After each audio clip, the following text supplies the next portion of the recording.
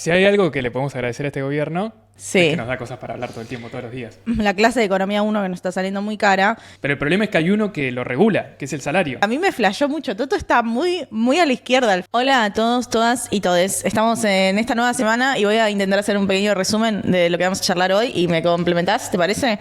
Está el tema de tarifas, amplio, tarifas de luz y de gas. Está el tema de esta liquidación gruesa. Abril hubo anuncios de Caputo Tuitero. Ese es otro tema, Caputo Tuitero. Está el tema de la jubilación en 2 cuotas. Está el tema de ganancias, que te importa mucho a vos y a los de tu provincia.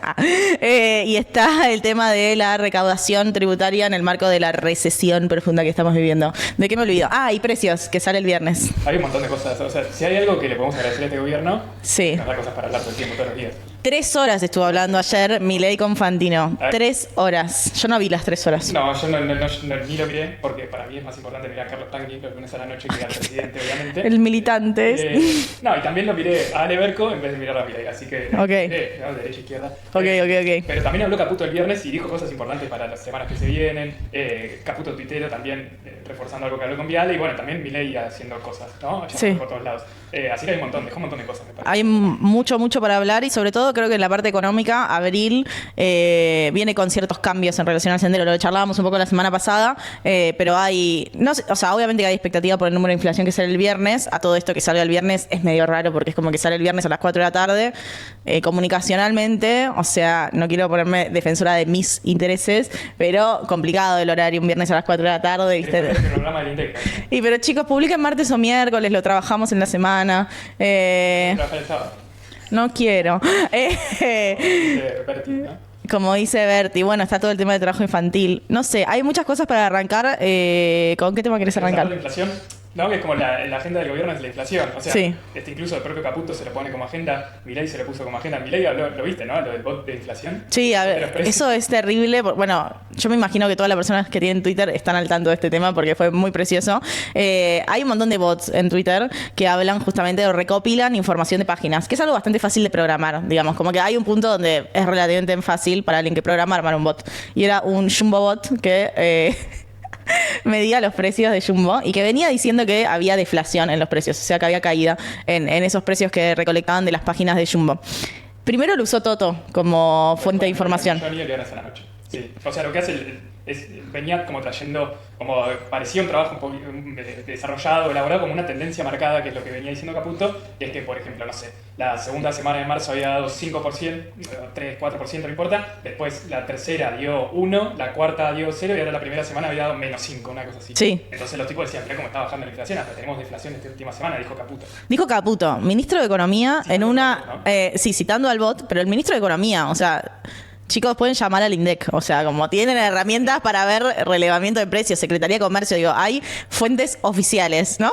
Bueno, citaban a un bot de Twitter que evidentemente no sabían quién era. No pasa nada, o sea, como que todos decimos, bueno, además Caputo es amigo de los de Jumbo, de Cencosud, del grupo Cencosud, entonces era como, bueno, todo cerraba en el discurso.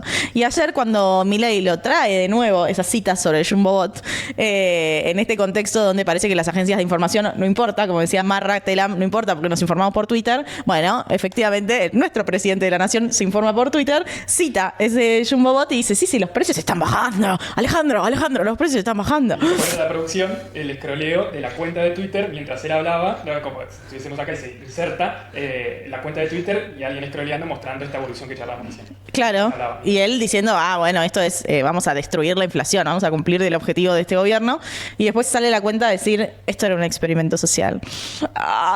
Terrible. Nunca relevamos ningún precio, esto demuestra que hay muchos quienes niegan la realidad, hablando justamente de Milei. Y ahora, no sé si te enteraste, el último capítulo de este novelón que está sucediendo en nuestro país, que es que hay una cuenta que se llama ¿Quién es el bot, el Jumbo Bot? Y que dice que cuando tenga 10.000 seguidores va a decir quién es el que maneja el bot. Pero no es buenísimo, tipo, yo, o sea, si no fuese real que uno va al supermercado y se quiere poner a llorar, está para comer pochoclito y mirarlo de afuera. Después te acordás que estamos hablando de los precios de alimentos en un contexto de caída, de recesión, de pérdida de poder adquisitivo y decís, bueno, no es tan gracioso. Bueno, pongamos en serio, sí. O sea, Milei ya venía medio loco, ¿no? Le decían el loco, etc. Pero ahora parece que está cada vez más trastornado, porque es como que le están armando. ¿Se acordás? Hace unos meses estábamos hablando del algoritmo de Irigoyen, Sí. que le había puesto uno Marian en Twitter, que era una gran definición, pero ahora están los números. le están armando como para que parezca, ¿no? También en la misma entrevista dijo, tengo el 70% de imagen positiva y soy el segundo presidente del mundo con mejor imagen. Fuente de los deseos. Y el tipo se va hablando y se va creyendo, se envalentona sobre la base de su propio relato armado. Entonces, nada, es como que el tipo mantiene una burbuja de comunicación en todo sentido, ¿no? Porque le dan las entrevistas siempre a los mismos periodistas. Después hubo otra entrevista con Bloomberg que dejó algunas cosas que podemos charlar después, pero siempre habla con las mismas personas, solo habla con la hermana y con Santiago Caputo, mira las mismas cuentas de Twitter, consume las mismas encuestas. Entonces es como que el tipo parece como aislado en una realidad muy distinta a la cotidiana. Total. Algo que le pasa a muchos presidentes, pero particularmente a él parece. Sí, y que además en esta coherencia de partidos libertarios de ultraderecha que nacen, se estructuran y se apoyan en datos falsos, en información falsa, en el terraplanismo económico, también hace sentido que, claro, su fuente de información es un bot de Twitter que nunca chequearon de quién era. Entonces es como, chicos, tienen institutos a la mano, tienen secretarías, tienen formas de chequear qué es lo que está pasando en los predios, y no es que tienen como posibilidad, es su responsabilidad hacer un seguimiento de eso. O sea, entienden que nos gobierna un tipo que le cree a un bot de Twitter que no está chequeado y que no pregunta qué es lo que está pasando en su país a su dirección de estadística.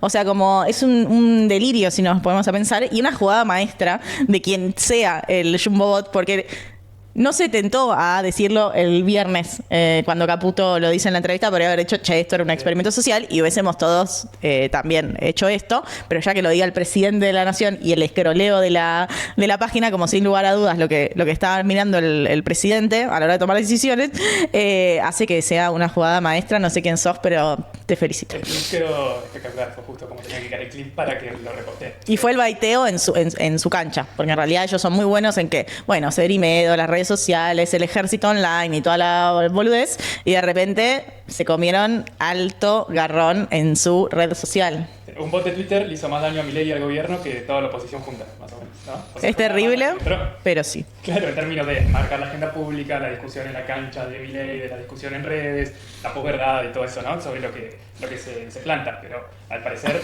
hay que ver cuánto le entra la bala o no, cuánto arman. Por ejemplo, sus voceros de Twitter estaban diciendo, bueno, pero en realidad están inventando los números, pero la tendencia es más o menos esa. Tristísimo. Que es el tuitero pago de él, o sea, profundizan, que está bien, puede ser una estrategia, pero andaba, no es que le esquivaran a la pelota, no. Profundizaban diciendo, bueno, igual la inflación está bajando, bueno, veremos a ver qué pasa el viernes y en los meses siguientes, pero parece haber ahí una desconexión importante. En esto de Milei hablando solo con periodistas amigos, asesorándose solo con la hermana y Caputo, y como en esto de círculos chicos, parece medio el cuento del rey que solo consume las buenas noticias, ¿viste? Como solo habla con quien le responde lo que quiere escuchar y solo ve la realidad que se ajusta a lo que quiere creer. Yo vi partes de la entrevista, porque duró 3 horas y 20 minutos, de Milei con Fantino, y sí, es como que escuchás una persona, primero que pareciera que no es presidente, que igual creo que eso es un activo que tiene él, que siempre prefigurarse como un outsider, por más que sea efectivamente el presidente de la nación. Y después como que, claro, ve una realidad mucho más ajustada a lo que él cree teóricamente que a lo que sucede realmente.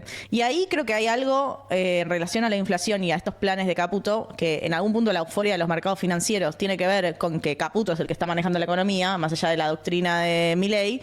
Que bueno, hay que ver qué pasa con la inflación, no solo en marzo, sino en los próximos meses, atado a la realidad de tarifas, ¿no? Y atado a este toto tuitero, diciendo, bueno, el golpe, la guerra que declaran las prepagas a la clase media por los aumentos de los últimos 4 meses. Y esto lo dice después de 4 meses y 150% de aumento de las prepagas, ¿no? Entonces tardaron 4 meses, 150% de aumento de las prepagas, en darse cuenta que un oligopolio como son las prepagas, si les liberas el precio por DNU, como hiciste el 20 de diciembre, y te van a hacer esto, te van a hacer un aumento del 150%. ¿Por qué? Y porque era lo obvio, digo, era un ejercicio de economía 1 el CBC, pero bueno, ahora se dieron cuenta, hay que ver qué hacen, ¿no? Porque todo lindo tuiteando, ¿cómo le manejamos? Es como diría Iorio, las prepagas aumentan por ustedes, salames, ¿no? Como en esa entrevista con el Beto Casella. Los tipos desregulan el mercado hay una composición de poder de mercado, una falla de mercado que Milei dice que no existe y que viene repitiendo que no existe, que es que haya un oligopolio que pueda fijar el precio, y que además el jefe de esa cámara dice públicamente, antes que aumente, cuánto van a aumentar, porque dice, me voy a juntar con mis amigos y ya sabemos cuánto te vamos a aumentar. Bueno, eso había pasado en diciembre, ¿no? Sí. Toda esta desregulación, el DNU fue a mediados de diciembre y los anuncios de aumento fueron el 20 y pico, el tipo salió en la radio a hablar, Velocopit, y ya se sabía cuánto iban a aumentar. Pero Caputo tuitero, levantando el perfil, no me acuerdo quién escribió el domingo que tiene todos los viernes, jueves con Jonathan Viale la hora del Toto, ¿no? Donde Viale le tira paredes para que el tipo pueda armar, porque es muy malo declarando. Entonces, es muy malo declarando. También es malo tuiteando, pero tiene unos asesores, no sé si viste que parece que se está hablando con uno que tenía un podcast libertario que yo consumía mucho, que se llamaba Basics, que es un funcionario del Banco Central, que es un libertario, un halcón, y que le baja líneas sobre cómo tiene que tuitear, como para estar... ¿Por qué? ¿Por qué el tipo tuitea? ¿Por qué levanta el perfil? Etcétera. Para llevarse bien con Milei, ¿no? Para tratar de que Milei lo vea, que lo vea más o menos en una posición de fuerza, pero al mismo tiempo esto es una posición de debilidad, ¿no? Que el tipo tenga que levantar el perfil y que tenga que hablar de, por ejemplo, las prepagas. O hace unas semanas, formadores de precios, ¿no? Que Caputo habla de formadores de precios. Rarísimo. Que ayer, por ejemplo, haya tuiteado que le iba a dar un par de facilidades que nadie entendió bien qué eran para que el campo liquide la cosecha, porque al parecer no vienen liquidándola, que es un par de cosas para bajarle el costo de los insumos al campo, que no queda bien en claro qué va a hacer eso. No queda en claro y no hay nada oficial. Es un no, tweet. por eso, es un tweet. Por eso, son todas formas que está encontrando Caputo con lo que tiene a mano para tratar de mostrar como que está haciendo cosas para darle resultados a Milei, creo yo. O sea, puede ser que esto sea para mostrarle a la gente que él está a cargo de la situación, pero también puede ser que está a cargo de Milei, ¿no? Porque los mismos periodistas políticos dicen que Milei no habla mucho con Caputo, y eso se suma que está lleno de economistas muy cercanos a Milei, como Cavallo, Kigel, Borestein, todos los economistas de la City, Melconian, que critican todo lo que está haciendo Caputo ahora, ¿no? Hace unos meses no lo criticaban, pero ahora que la situación empieza a tornarse con estos grises, la inflación que no baja tanto, la cuestión de la cosecha, como decía que anda hace un rato, y el problema del dólar, se suman muchas críticas de economistas que hasta hace un par de semanas aplaudían a Milei de pie. Entonces hay un montón de ruido alrededor de eso. Sí, está el Consejo Asesor Económico Asesor. Entonces hay una pérdida de poder relativo de Caputo hacia adentro que tiene que ver con Sturzenegger, con toda esa de economistas. Expert también, sí. Y con que la realidad es que Caputo parecía, o lo que se decía cuando había asumido en diciembre, y que se ve que también es algo que prometió hacia adentro, es que iba a traer dólares. Y esos dólares nunca entraron. Entonces, medio que para qué estás acá. Sí. Yo creo que Caputo, en términos narrativos, busca hacer lo mismo, que es como, las prepagas la declaró la guerra a la clase media, como si él no fuese el ministro de Economía. ¿Entendés? Porque Milei escribe como si él no fuese el presidente, y Milei siempre se presentó como ese outsider, por más que ahora efectivamente sea el jefe del Estado. El jefe del Estado que tanto desprecia. Pero en el caso de Milei es parte de su historia personal, de un recién llegado a la política, qué sé yo, como que lo puede justificar de otra manera. Ahora, Toto Caputo... O sea, sos amigo de esa gente. ¿De qué hablas? ¿De qué hablas? ¿De qué hablas como si fueses algo lejano? ¿De qué hablas como si no supieses que iba a pasar exactamente eso? O sea, todos sabíamos que iba a pasar eso. Hicieron un decreto donde anulaban la regulación a las prepagas. ¿Qué pensaste que iba a pasar? O sea, es obvio que iba a pasar esto, ¿no? Y si no es obvio para vos, que igual en el caso de Toto Caputo, claramente es obvio, son sus amigos los que se están enriqueciendo, en el caso de que no lo sepas, dirimiéndate porque no te da para el cargo. Digo, no, tenés que aprender en un contexto inflacionario, en un país que la gente viene sufriendo tanto en su poder adquisitivo, que no puedes desregular así una estructura de mercado tan oligopólica como son las prepagas en un servicio de salud tan fundamental, ¿no? Sí, o sea... O sea, no está saliendo cara la clase de economía 1 de esta gente, eso es lo que quiero decir. Bueno, hay varias cosas, porque uno lo podría tomar en las palabras de Milei, la fatal arrogancia que por ahí pueden llegar a tener Caputo y Milei de decir, bueno, nosotros te liberamos todo y los grandes empresarios del país nos van a devolver la pared, no aumentando tanto como deberían, moderando los precios, por las leyes de oferta y demanda, que ahora el camino hay un horizonte un poco más aclarado, vamos a salir del cepo, etcétera. Eso está en duda, por lo tanto, como eso está en duda, los empresarios aumentaron los precios de más, que es el argumento de Caputo, ¿no? Como no se sabe hasta dónde va a llegar la devaluación. Ahora Caputo dice, la devaluación va a llegar hasta acá, ustedes se tendrían que acomodar en este sentido, no va a haber más de devaluación. Pero al mercado libre le chupa un huevo. Entonces, evidentemente, este seteo de expectativas que ellos creían que estaban seteando hacia una Argentina nueva, una base para una potencia argentina, no está funcionando. Y es por eso la muestra de impotencia de Caputo, que como vos decís, los conoce bien no solo por el negocio de salud, sino porque el negocio de las prepagas es financiero. Caputo se junta con ellos cuando coloca deuda nueva. Los que tienen la guita son los bancos, obviamente, pero también las prepagas. Son una de las grandes cajas del país que todos los meses nosotros le damos la plata y ellos con esa guita no es que le pagan mejor a los médicos o compran una parte de insumos, pero la mayor parte la tienen timbiando en la bolsa dándole bonos a Caputo. Entonces, están de los dos lados del mostrador. Sí, y en este sentido de también la economía la clase de economía 1 que nos está saliendo muy cara, hay cosas que tienen que ver, o lo que yo sentía ayer cuando lo escuchaba a Milei, que es como todo se estructura en ese modelo de equilibrio general. No me voy a poner ñoña, voy a usar 2 minutos nada más para explicar esto, pero en ese modelo de equilibrio general no hay paso del tiempo.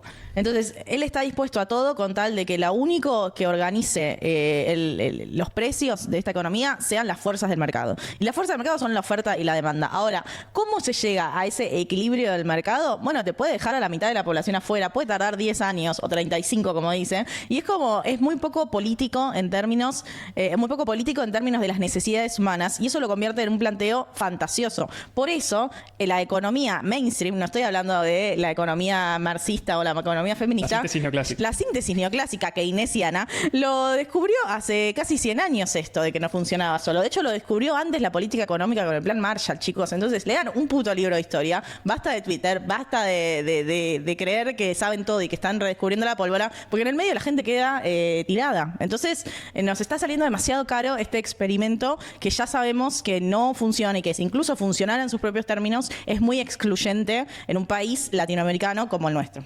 Bueno, pero... Hijos de puta. Se acaba. Para mí, igualmente...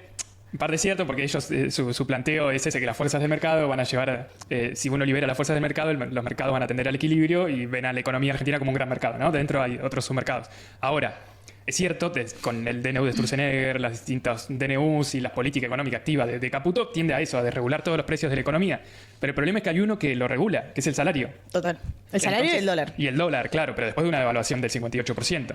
El salario no, el salario quedó por abajo del promedio, quedó por abajo después de la masacre que fue la inflación del verano posterior a la devaluación. Entonces, ahí como Milei está tocando un precio muy importante de la economía, que es la base de los costos de 99% de las empresas que operan en Argentina. Entonces, trata de usar al salario y al dólar como un ancla en donde Milei se mete directamente a tocar los precios como vos decías antes. O sea, obviamente si liberás todo el resto de los precios y los salarios quedan atrás, eso tiene muchos costos sociales. Evidentemente a Milei no le importa, o Milei cree que en algún momento eso se va a liberar, todos los precios se van a liberar y van a tender a que haya un rebote en B, ¿no? Por ejemplo, que era la conclusión de Milei leyendo el bot de Jumbo. Ahora, ¿cuándo puede llegar a pasar eso? Bueno, parece que no va a ser en el corto plazo. Por eso también, volviendo a lo que decíamos antes, la mayoría de los economistas son cada vez más críticos con Milei porque no la ven a ese rebote en B.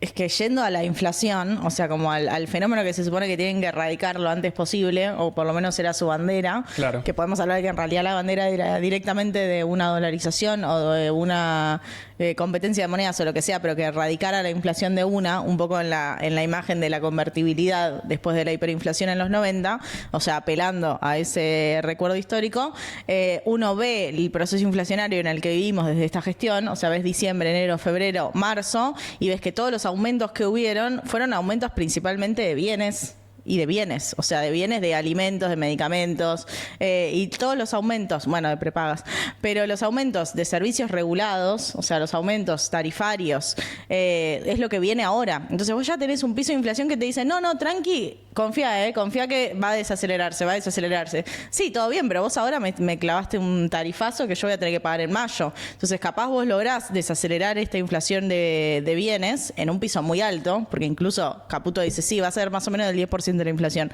Es altísimo una inflación del 10% mensual, o sea, no es un caso de éxito tener una inflación del 10% mensual, y ahora se vienen los aumentos tarifarios que por la dimensión que tienen esos aumentos tarifarios, sí o sí te ponen un piso de inflación más alto para mayo, para junio, y después todo se empieza a indexar a inflación, porque después todo tiene esa inercia inflacionaria de aumentos por IPC. Entonces, a mí tampoco me queda claro como economista, cómo verga quieren hacer que la inflación quede en un dígito. Si no están haciendo políticas para que esa inflación sea de un dígito, más allá de apelar a una profunda recesión económica. Digo, la única herramienta que tienen es esta, es la de congelar salarios, entonces la gente no consume, entonces las ventas se caen, entonces te clavan 40% de descuento para que compres 2 unidades. No sé.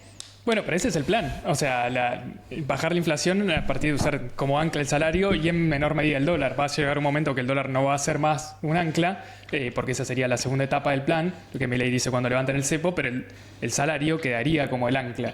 que no es tan distinto a lo que pasa en el resto del mundo. La síntesis neoclásica dice que para que baje la inflación se tiene que enfriar la economía. Enfriar la economía es bajar el nivel de actividad, por lo tanto, bajar el consumo. Nosotros, si nuestro salario está por debajo del nivel de precios, cada vez vamos a consumir menos y cuando no podamos comprar las cosas, los precios van a bajar, como dijo Diana Mondino también en diciembre. Pero, de esa forma es como que, en teoría, atacan la inflación los países desarrollados, que lo hacen a través de la tasa de interés. Lo loco es que este gobierno baja la tasa de interés y baja la actividad económica y a partir de un golpe a los salarios completo. No importa el sector en el que vos labures, seguramente tenés menos, un quinto, un cuarto de poder de compra menos que en noviembre, diciembre. Esa es como la estrategia.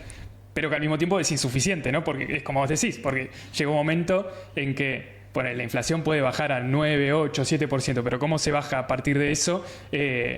Por las particularidades que viene teniendo la economía argentina, que es con respecto al resto del mundo, que tiene 4 o 5% de inflación anual, acá hay 200. Entonces ahí aparecen cosas más estructuralistas, como le gustaría a Cande hablar, por ejemplo, la inercia inflacionaria, la puja distributiva, el problema de la estructura desequilibrada de Argentina, el dólar. Esas cosas que nos gustan a los progres. Y para eso hay que hacer un plan de estabilización. Y esa es la segunda parte del programa. El plan de estabilización de Milei puede ser la dolarización. Sí, y no pero para hacer un plan de estabilización, sobre todo si vos querés hacer una dolarización, necesitas cash. Claro. Cash verde. Cash de los que no imprimimos. Entonces ahí es que esa promesa de Caputo de que venía con dólares bajo el brazo quedó un poco en la nada, y que ahí también creo que tiene este horizonte de pedir un programa más extenso con el Fondo Monetario, o sea, que volver a endeudarnos con el Fondo Monetario o con fondos privados o lo que sea, como la expectativa de que puedan entrar dólares frescos a la Argentina, tiene que ver con la reducción del gasto público, y una reducción del gasto público no tan parado en la licuadora. O sea, básicamente la gran reducción del gasto público que hizo el gobierno hasta ahora tiene que ver con licuar las jubilaciones. O sea, las jubilaciones, la seguridad social, siempre fue el principal gasto del Estado. Desde que nosotros íbamos a la facultad, antes de eso, después de eso, siempre vos mirabas y el principal gasto del Estado era la seguridad social, la seguridad social, la seguridad social.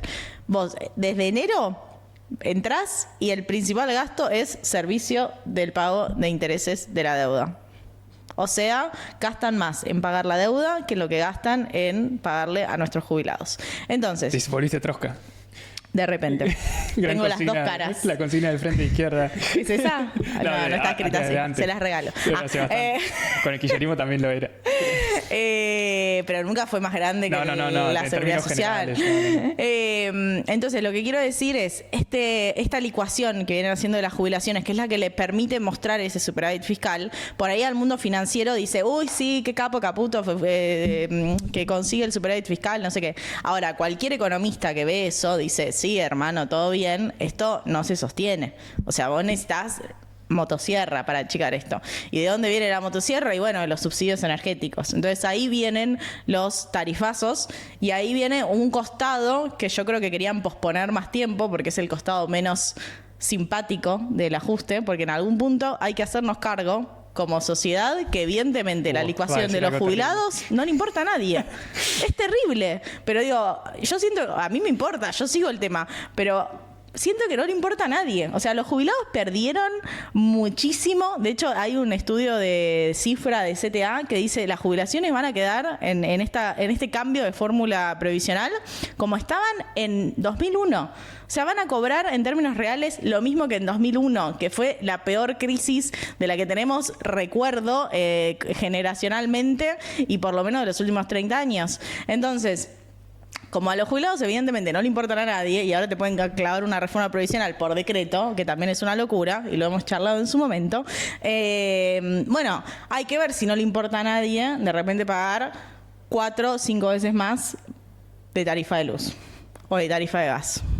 No sé, a veces cuando te tocan en el bolsillo del otro decís, bueno, no sé cómo bardeás a un jubilado, la verdad no sé qué decís, porque planero no le puedes decir, así que no sé qué le decís, pero ya cuando te toca a vos, bueno, no sé qué pasa. Depende, planero sí le dicen a los jubilados, ¿A porque los jubilados? A los jubilados que no aportaron, claro, le estamos regalando jubilaciones. Hay que ser hijo por de las puta. moratorias. Es lo que dijo Adorni toda la vida, y Spert, hasta Bullrich lo decía en la campaña electoral, pero No, o sea, lo de los jubilados Ingratos. es cierto, pero no sé, hasta cierto punto, porque por ejemplo, digo en términos de la dirigencia y lo que se discute en la actualidad, en la agenda pública, porque Milei se apura en sacar la reforma jubilatoria por decreto, porque hay rosca en diputados para hacer otra reforma jubilatoria distinta, que tampoco es la panacea, no es que van a recuperar el salario, sino es solamente que la oposición dialoguista, constructiva de Pichetto, pero con un proyecto de Carrió, creo, dicen que plantean un programa muy similar a lo que dice Milei, pero con una recomposición más fuerte de lo que perdieron en el verano.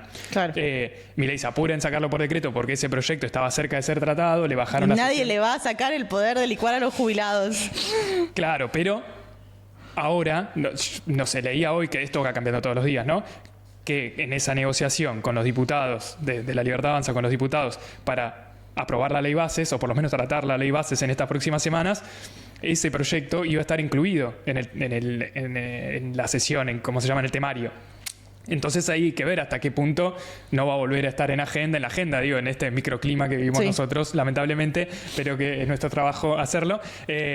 Ojalá que esté igual, porque es una vergüenza ese decreto. No, claro, obvio. Pero al mismo tiempo, o sea, hace agua, va a volver el tema, porque hace agua por muchos lugares, que es principalmente porque los jubilados cada vez cobran menos, segundo, porque los medicamentos suben por encima de la inflación, y tercero, porque es muy flojo de papeles, como casi todo lo que hace Milei, pero en esto puede ser volteado por diputados, por el Senado, o por la propia justicia, que también se le está poniendo en contra a Milei el poder, la Corte Suprema, con toda una maniobra que hicieron con Lijo y unas cosas que de las cuales habla mucho Pagni los lunes, pero que acá no lo tocamos mucho. No, porque todo lo que es poder judicial a mí me excede. Pero está por cómo lo hizo, al haberlo hecho por decreto, queda a tiro de que la Corte Suprema diga que es inconstitucional. Claro. Pero bueno, qué sé yo, son cosas que pueden llegar a pasar. Yo Ahora, en todo eso igual digo, ojalá porque es un papelón. Ese decreto, o sea, es un papelón.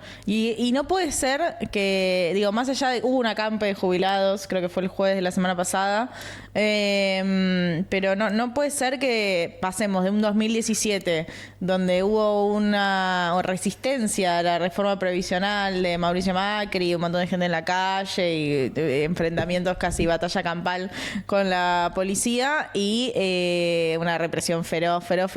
Pasamos de eso en 2017, o sea, estamos en 2024, yo sé que soy vieja, pero no pasó tanto tiempo. De 2017 a pasar a 2024, donde puedes cambiar la fórmula previsional por decreto, yo siento que es otra realidad. O sea, está bien, vivimos una pandemia en el medio, todos sabemos que es como el antes de la pandemia, después de la pandemia, pero no podemos ser tan chotos como sociedad. No podemos ser tan chotos. como decía. Bueno, pero el problema sí, es como sociedad porque no entiendo cómo no genera una reacción más grande.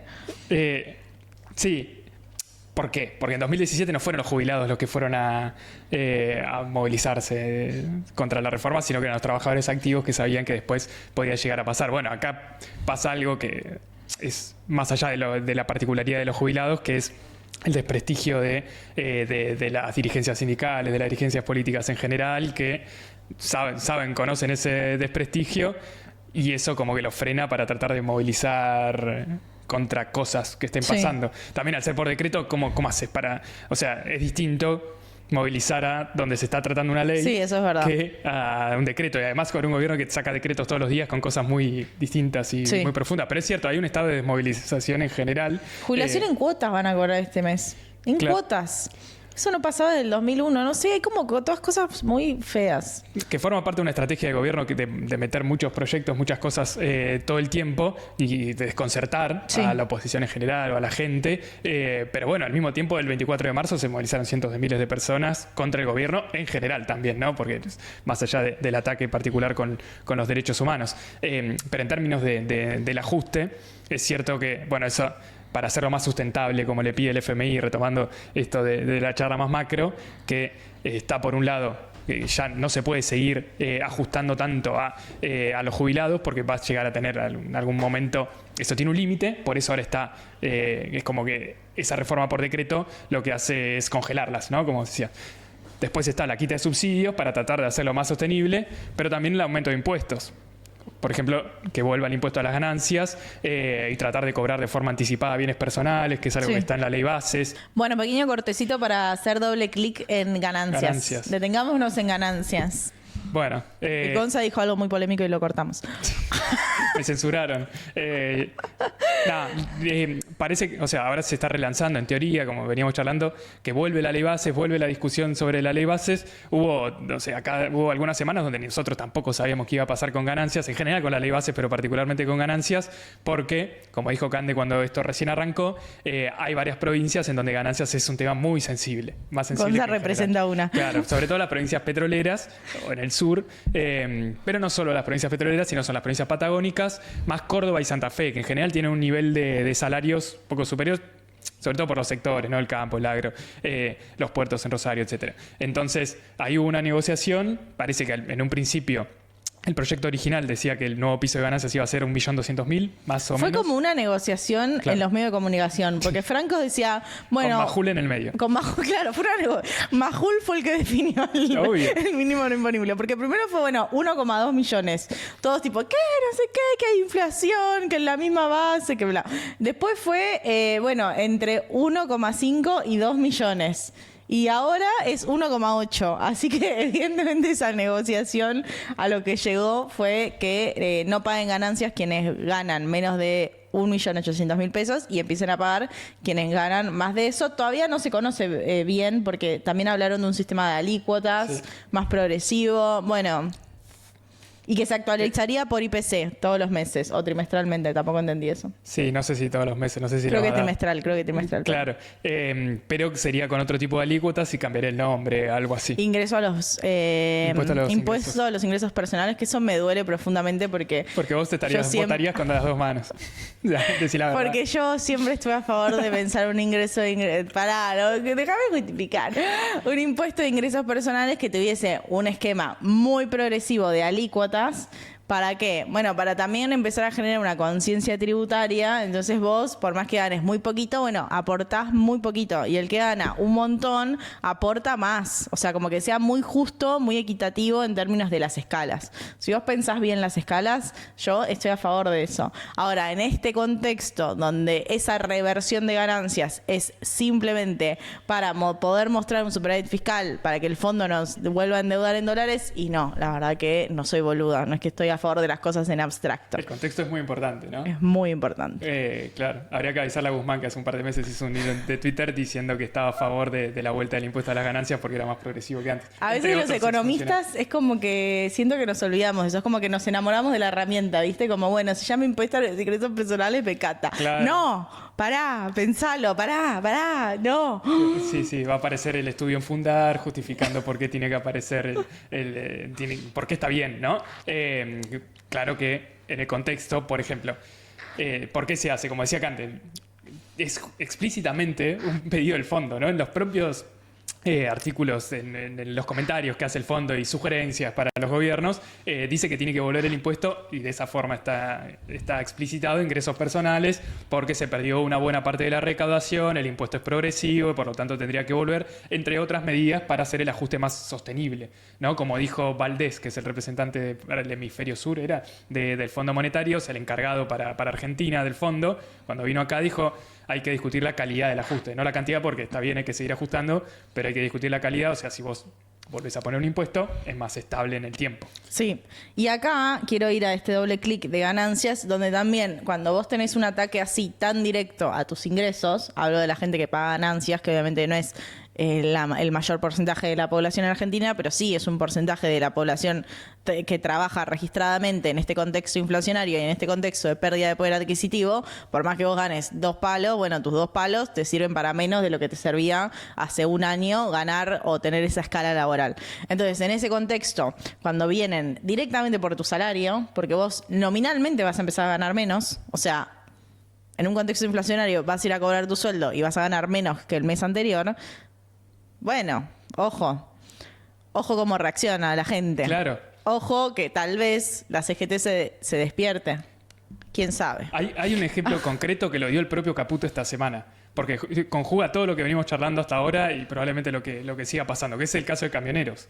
Porque Caputo el viernes le dice a Johnny Viale que no le va a homologar la paritaria. O sea que no va a firmar lo que acordaron libremente entre las partes el sindicato de camioneros y las federaciones que nuclean a los empresarios del sector. Los tipos acordaron, los empresarios firmaron algo que decía que le iban a dar un aumento del 25% en marzo y un 20% en abril a los camioneros, que en realidad no es un aumento, sino que es una recomposición por todo lo que perdieron en el verano. Caputo dice que no lo va a homologar porque eso sería inflacionario, ¿no? No una teoría monetarista, pero sí una teoría. Claro, no es una teoría monetarista, porque eso es recontra estructuralista y de hecho es específicamente la teoría de la puja distributiva. Claro. O sea, a mí me sorprendió que Caputo diga eso, porque eso es aceptar que vos, la inflación es parte de un proceso de una puja distributiva entre empresarios y trabajadores y vos simplemente te estás poniendo del lado empresario.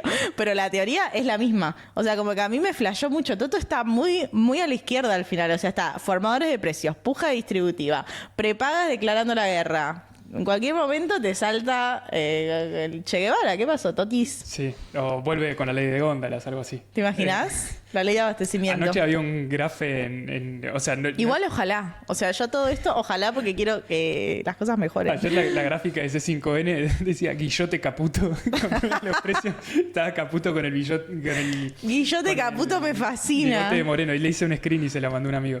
Sí, con el programa del gato silvestre. Es buenísimo, Guillote. Pero el caso de camioneros, digo que es clave y es testigo incluso, porque Caputo les dice, vamos a garantizar que vos pierdas toda la devaluación, básicamente el efecto de la devaluación en precios y en el salario, que fue lo del verano. Vamos a discutir en base a expectativas de inflación, no hay de vuelta a la expectativa, no sobre inflación pasada, sino sobre expectativas para no recalentarla, pero además, si pasa esta ley, le van a recortar el salario. Porque claro, los camioneros son los que pagan el impuesto a las ganancias. Entonces los tipos incluso le van a recortar el salario. O sea, si Moyano tendría que cumplir con su palabra entonces y parar al país, ¿no? Por lo menos. Sí, eso por el lado de los sindicalistas. Y ahora también está la disputa en términos de los gobernadores. Porque los gobernadores, por un lado, quieren que aumente la masa de ganancias, porque es un impuesto coparticipable. O sea, si aumenta ganancias, aumenta la cantidad de plata que le llega a las provincias. Pero a la vez, depende de gobernadores de qué provincia afecta o no a sus votantes, en una relación mucho más directa, porque digo, en Capital, en Provincia de Buenos Aires, no tenemos una relación tan directa con nuestros gobernadores, pero en... Jorge Macri siempre sale impune. Jorge Macri nunca está en la ciudad, o sea, como... Una epidemia de dengue y no... No, y ni idea dónde está. Está haciendo un blog para YouTube.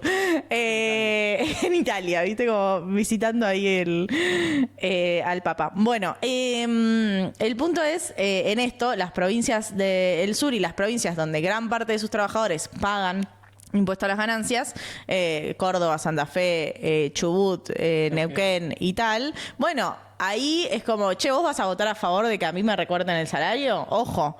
Porque ahí el voto es más directo también. Entonces están como con intereses contrapuestos de que obviamente le quieren votar eso, pero creo que políticamente les sirve mucho más discutir la coparticipación del impuesto país, por ejemplo. Sí, que era algo que venía en discusión desde hace unos meses, pero yo lo relativizo eso. Cómo cada uno vota en diputados o en senadores, yo creo que cada vez tiene menos importancia, porque la información es cada vez más maleable y cada uno puede decir lo que quiera. O sea, Milei hace 6 meses votó en contra de la vuelta, votó para que no se cobre más el impuesto a las ganancias de la cuarta categoría, y él impulsa lo mismo, claro, que vuelve el impuesto a las ganancias de la cuarta categoría, y lo hace sin ningún problema.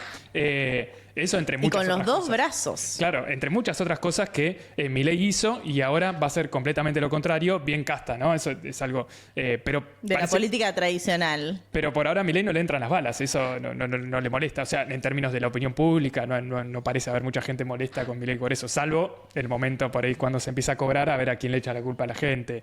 No sé, pero digo, en términos de los gobernadores no votan en diputados y en senadores, ¿no? Que es un error. No directamente. Pero sobre todo en diputados. ¿Cuántos diputados tiene cada gobernador? Ahí son muchos grises de grises. Está bien, pero los diputados responden a una provincia igual también. Pero no a un gobernador. No. Entonces, a un gobernador ahí se supone que no. Es un poco más gris. Yo creo, no sé, es algo que estoy pensando ahora, que tiene más que ver con una cuestión más de la macro, más de la macro y del humor social de la provincia en sí, como economía o como lugar desconectado de la nación, por ejemplo, porque si caen los salarios de los petroleros, por ejemplo, en Chubut, cae la demanda agregada de Chubut, o sea, hay menos consumo y por lo tanto hay menos consumo y se le baja. Hay que ver cuánto compensa la coparticipación del impuesto a las ganancias con la caída directa de los recursos de ingresos brutos, que es la actividad económica de la propia provincia. ¿Por qué? Porque los camioneros y los Mirá qué petroleros macroeconomista se puso Gonza. no van a poder consumir en los comercios que pagan los ingresos brutos. Entonces ese puede ser un círculo vicioso.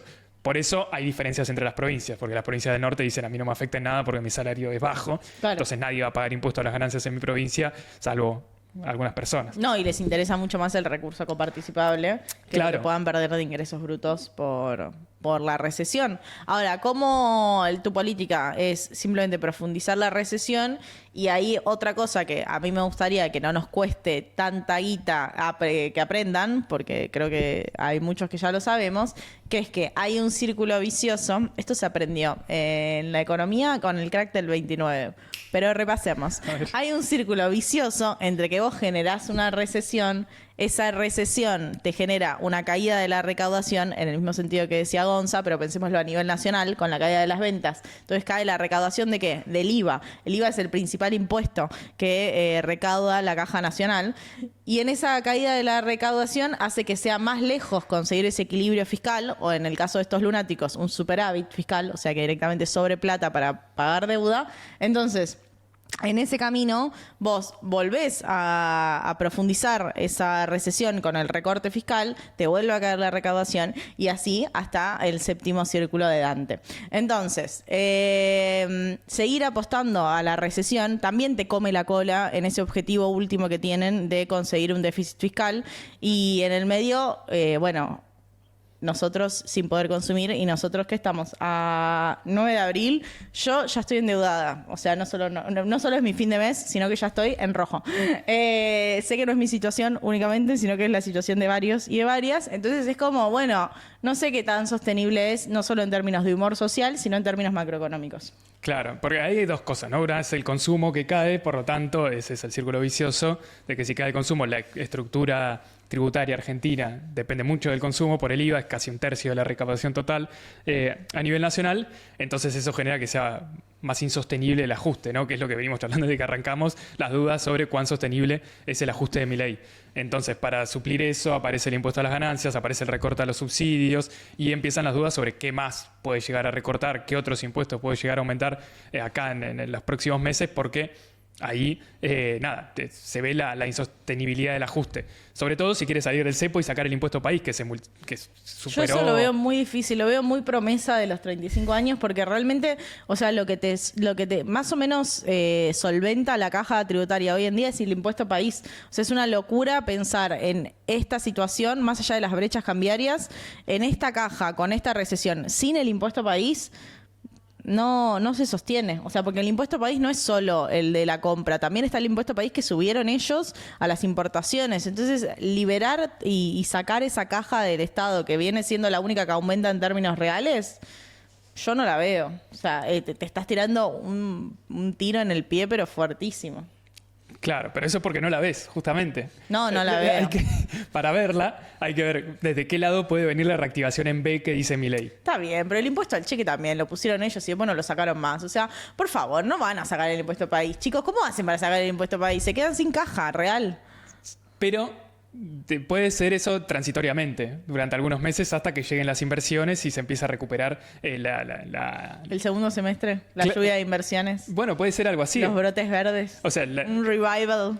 Evidentemente Milei tiene que salir del cepo. No es que puede ser una promesa o puede ser algo que haga o no haga como Alberto Fernández, sí. Porque es su razón de ser. Su motivo es hacer un cambio de régimen. Por ejemplo, ¿por qué decimos que Milei, por ejemplo, Caputo no homologa la paritaria de camioneros, entre un montón de otras, porque hay huelgas en todos lados, sobre todo en la UOM, hay un montón de conflictos porque todos, ustedes también, todos perdimos como 3 meses de sueldo con el 25% de inflación en diciembre, 20 de enero, etc. Entonces, hay una caída de un quinto, creo que es lo que miden por ahora las estadísticas oficiales, de la pérdida del poder adquisitivo. En 4 meses. Claro, ¿por qué lo hace Caputo y Milei? ¿Porque son malas personas y no quieren que nosotros comamos? No, en parte para frenar la inflación, dicen, ¿no? O teóricamente es eso, pero también para sentar las bases para un proyecto un poco más a mediano o largo plazo que aumente la tasa de ganancia en Argentina. Y eso puede ser pasajero si hay otra devaluación, como le advierte Cavallo, ¿no? Si hacen otra devaluación, va a ser un círculo vicioso y vas a perder toda la ganancia de competitividad. Si no baja la inflación, va a pasar algo parecido, porque el tipo de cambio está fijo. Hay un montón de peros que pueden pasar en el medio. Ahora, lo que sí puede hacer Milei, que parece ser lo que tiene en la cabeza por las entrevistas que da, es que después de la cosecha gruesa, juntar dólares en el Banco Central, ir en un sendero de desinflación y ahí hacer una devaluación saliendo del cepo para que empiecen a entrar capitales a Argentina y llegue la lluvia de inversiones. Eso complementado con el DNU de Sturzenegger y la ley bases que, según dicen ellos, va a salir. ¿Qué tiene la ley de bases? Un régimen de incentivo para las grandes empresas, las grandes inversiones en minería, el agro, los hidrocarburos y sectores estratégicos que requieren de mucha inversión de afuera. Entonces la macro se ordenaría no desde el lado del consumo, sino desde el lado de la inversión. Y de esa forma generar un círculo virtuoso de acá a los próximos años. Yo entiendo ese planteo, habría visto un millón de puertas, pero me parece que fuiste clarísimo en lo que ellos están viendo. Ahora, con 10 mi millones de personas pregunta, menos, ¿no? Gonzalo, mi pregunta para ver cómo funciona esto en términos de incentivos económicos. A ver. Si vos decís que vas a avanzar en una salida del cepo que involucra sí o sí una devaluación, sobre todo en este contexto donde vos hiciste una devaluación muy fuerte al principio, pero después tuviste un crawling peg, esas devaluaciones diarias muy chiquitita, o sea, tenés una devaluación del 2% mensual, una inflación que va al 10% mensual, 10 estoy siendo amable, pero bueno, una devaluación que va al 2%, una inflación que va al 10% y una tasa de interés que va al 6, 7%. ¿Cómo mierdas es para, si vos vas a sacar el cepo, vas a hacer una devaluación, hacer que te liquiden los del campo ahora, si vos saben que vos en el futuro vas a devaluar y les vas a dar más plata por esa cosecha? ¿Por qué lo harían? No, bueno, esa la charlamos en un toque si querés, pero antes, pero para mí es importante esto porque es como que la base del problema del programa económico de Milei y de Caputo es eso, haber clavado el dólar. ¿No? Claro. Que ellos lo pensaban como algo virtuoso para frenar la inflación, porque si no, no había ancla, más que los salarios y lo de Mondino de que no lleguemos a comprar las cosas, pero si no hay un ancla en el dólar, ¿no? Como la pata heterodoxa, diría algún economista, frenar el dólar para que no se generen, se recalienten las expectativas de inflación. Ahora, ese es el mayor problema. ¿Qué es lo que le critican? Lo que venimos charlando, le critican todos los economistas de la City, le critican eso. No porque la primera devaluación haya sido fuerte, no porque los salarios se estén perdiendo, sino porque eso lo hace inconsistente macroeconómicamente. Entonces ahí se enrieda Milei y el propio Milei no lo puede explicar. No sé si viste la entrevista de Bloomberg. No vi la de Bloomberg. Está buena porque el tipo es de Bloomberg, entonces tiene un montón de herramientas y tiene la entidad de decir yo soy de Bloomberg, no soy Majul, te puedo preguntar lo que quiera, supuestamente. Claro. Entonces, el tipo cuando le pregunta esto, justamente esa pregunta, le dice ¿por qué sostenés el ritmo del crawling peg de tener el dólar casi fijo al 2%? Y Milei dice, y bueno, ¿por qué no? Si la brecha cambiaria con el dólar libre, ¿no? El dólar contado con liquidación, está en el 20%, está colapsando la brecha. ¿Por qué no lo haría? ¿Por qué no puedo tener el precio fijo si va a tender a igualarse? Por lo tanto, tenemos la salida de cepo rápida, etc. Y le dice, bueno... Pero eso puede ser un carry trade. Que por eso estén bajando los dólares. Sí, que la gente, o sea, que evidentemente Caputo venga a hacer ese negocio financiero. Puede ser, por lo que sea, pero en términos más macro, lo que le dice el tipo es, vos decís que la brecha cambiaria está colapsando y está fijando el valor del dólar. Ahora, está colapsando con los dólares libres son libres de verdad, y le dice, bueno, no puede ser, todavía pasa que nosotros heredamos muchas restricciones, pero bueno, pese a las restricciones nosotros liberamos, y miente, dice, liberamos 10 restricciones por día, entonces de esa forma el precio del dólar se va a ir aclarando, pero bueno, nosotros, los economistas como Cavallo, pero sin nombrarlo, ¿no?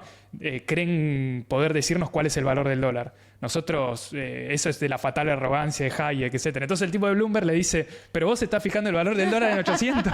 Y dice, no, bueno, pero lo que pasa es que... y no sabe bien qué decir. Es buenísima esa parte. Ay, lo quiero ver. Es muy buena. Después se va...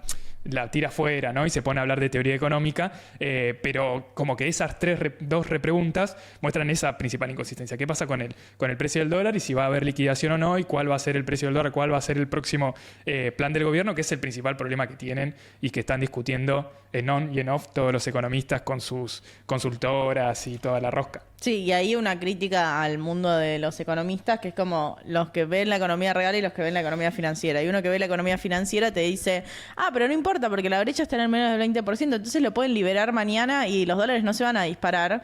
que decís, bueno, eso es un razonamiento de un nene de 5 años, no estás viendo el efecto de la recaudación que tiene el impuesto país y no estás viendo que si justamente están esas regulaciones es porque si las sacás, evidentemente algún movimiento vas a tener y el Banco Central no tiene las reservas necesarias para hacer frente a una quita de esas regulaciones. O sea, nos va a pasar lo mismo con las prepagas, pero con el dólar y nos vamos a quedar tiesos todos y todas. Que ellos lo saben, por eso no la sacan. Y después lo de la economía real, que no sé, ni se meten en temas financieros, ¿viste? Como los Excel. Claro, no, te están los cálculos, no, pasa que si haces la regresión te da que el tipo de Claro, cambio te da real porque tendría que porque en el 2008, pero en el 96, y vos decís, bueno, está bien, o sea, sirve, yo también veo esos gráficos, pero hay que traer la conversación ahora. Bueno, y eso es un buen gancho para saber si van a liquidar o no, porque se trata de la microeconomía de los productores. Exacto, ¿por qué van a liquidar? Sería antieconómico que liquiden. O sea, Depende yo si fuese el campo, liquidaría lo menos posible, me endeudaría en pesos y después espero la devaluación y lo vendo después y pago con lo que generé de ganancia, lo pago en pesos, chicos. Porque además esa devaluación después te genera inflación, o sea que esos pesos valen cada vez menos. Sos trader como Caputo, estás pensando en la financiera. Esa sí la veo, es chicos. el video de la producción, claro. El agro esa la vemos todos, o sea, ¿qué quiere que el agro está cada vez más ligado a las finanzas, pero ahí hay divisiones, ¿no? El agro que está ligado a las finanzas es la Bolsa de Comercio de Rosario, son los exportadores que dominan todo eso, ¿no? Dominan los puertos y dominan las pizarras de dónde, a cuánto venden los productores y ahí a cuánto venden los exportadores afuera. Pero ahí está la distinción entre las cámaras empresariales de las aceiteras, que son las que después exportan, sacaron un par de comunicados diciendo, ojo, que el dólar se está atrasando, qué sé yo. La Bolsa de Cereales de Buenos Aires dijo, tipo, les decimos que si nos levantan en el cepo cambiario, vamos a liquidar no sé cuántos millones más. Claro. Sí, son todas formas de presionar. Ahora, que eso llegue a que le frenen la cosecha, como como pasó con Massa, con Guzmán, con todos, no sé, ya a mí me entra la duda. Pero yo no creo que vayan a frenar la cosecha, porque acá también me parece que hay una discusión como, bueno, ¿se liquida o no se liquida? No, liquidar se va a liquidar, porque además todas las comparaciones van a ser con el año pasado, que el año pasado fue de sequía, entonces todas las comparaciones que vos veas van a tener números positivos. Sería un escenario demasiado apocalíptico que no sean esos números positivos. El tema es cuánto liquidan y si eso que liquidan alcanza para generar una masa de dólares suficientes para garantizarles esa salida del cepo cambiario. Eso es lo que yo no veo. Claro, pero, a ver, yo justo me estaba fijando con un amigo que trabaja de eso. Inside information.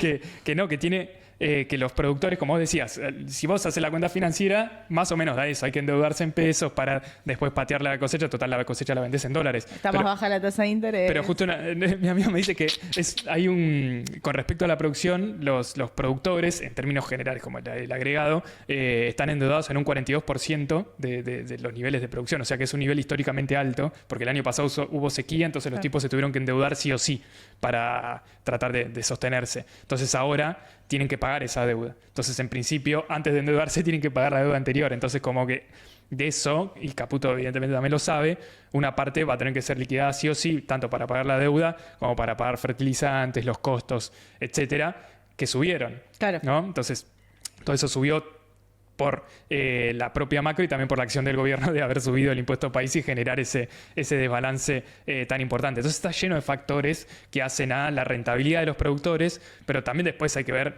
la rentabilidad o la especulación de los exportadores, de las cámaras de acopio, que en muchos casos son muchos empresarios que son mileístas 100%, entonces hay que ver ahí hasta qué Sí, como punto. que apoyo ideológico tienen. Claro, y después está la cuenta que hace Tony Aracre, por ejemplo, que hace una cuenta más o menos similar, que dicen cuántos dólares MEP compras con la cosecha con respecto a la anterior, asumiendo que todos los productores venden y salen a comprar dólares para establecerse. Hay un montón de números, entre ellos el de los macroeconomistas del tipo de cambio real multilateral, que se conjugan para saber qué va a pasar con eso. Por ahora igualmente las liquidaciones, o sea, el Banco Central sigue comprando dólares, pero con un jugador nuevo para la macro argentina también, que es el oil y gas.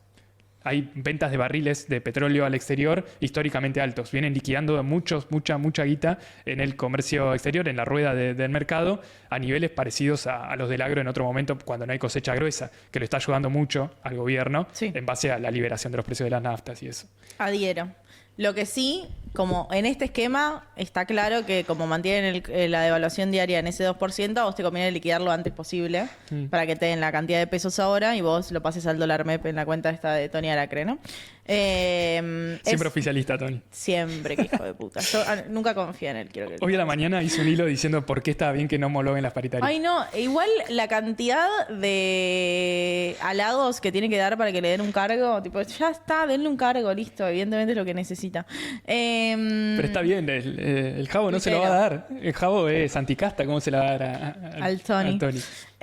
No, lo que quería decir en relación a esto es que a medida que vaya pasando el tiempo, en este segundo trimestre, que es la liquidación gruesa, bueno, van a tener cada vez menos incentivos para hacer esa liquidación y de todas maneras hay que ver efectivamente cuánto queda en el Banco Central, porque la deuda comercial sigue siendo una deuda comercial muy alta y porque las reservas del Banco Central siguen siendo bajas, o sea, estamos abajo de los 30.000 millones de dólares. Entonces, bueno, son estas cositas que parecieran no tener sentido y que, bueno, no sé, hay que ver cómo Por eso avanzan. Caputo está buscando dólares, ¿no? Eso quería decir lo de Caputo. Y que también ese tuit de mierda que hizo ayer de diciendo no, el beneficio para el campo y le baja las retenciones a los agrotóxicos, o sea, básicamente le hace un favor a Monsanto, Syngenta y alguno más que no me acuerdo el nombre, es una señal de debilidad. Sí, sí. Porque vos, en este contexto de discusiones sobre la liquidación gruesa, les das un beneficio. O sea que estás aceptando que algo les tenés que dar. Un beneficio de mierda, ¿no? Porque es un beneficio, la verdad que de mierda. Pero es un beneficio porque, bueno, porque son los insumos que usa el campo para la siembra que viene. Perfecto. Pero no sé si alcanza.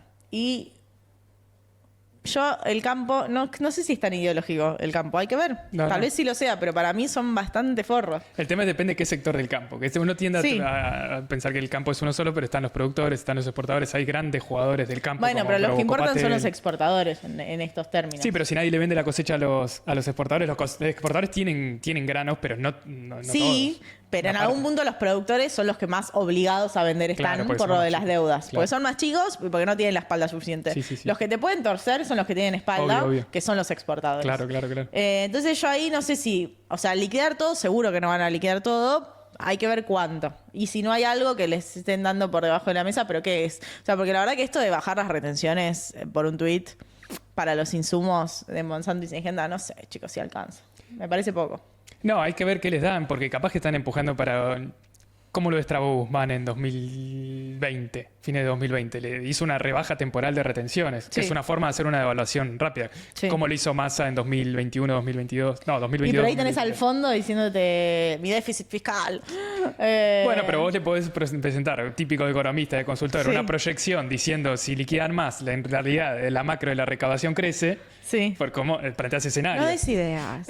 No des ideas, Gonzalo. No, pero es probable. Son ideas del pasado reciente. Tampoco es la gran cosa. Y después están las ideas de Caputo que son liquidame y yo te doy un bono a pagar a 45 años con la tasa capitalizable. Claro, y después yo creo que puede venir algo así. El problema es que si están endeudados es difícil.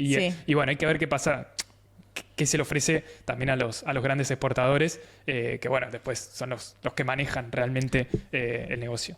Bueno, es un mes picado. Seguiremos todas las semanas en este estudio que está cada vez más lindo. Yo no sé si se ve el cambio de la pared, pero es un gran upgrade de la escenografía. Sí. Todo está mejor en este lugar y es gracias a ustedes, a su apoyo, a su bancada, tanto de los videos y de todo lo que hacemos, pero también a la gente, especialmente a la gente que nos banca económicamente in this context, que es very difficult. Así que si pueden aumentar su suscripción, se lo agradecemos. O sumarse si todavía no están. O sumarse si todavía no están. Sean bienvenidos a Delireo. O Delirio. Ya me agarró una amiga, le dice Delireo y ya me lo pegó a mí. Es Delirio, chicos. Así que eso, no sé. Sí, todavía no se aprobó la ley base, pero nosotros ya estamos haciendo grandes inversiones. Wow. ¿No? Estamos en la RIN. Nosotros hacemos política contracíclica, claro. ¿Entienden? Nosotros movemos la rueda. Muy keynesianos.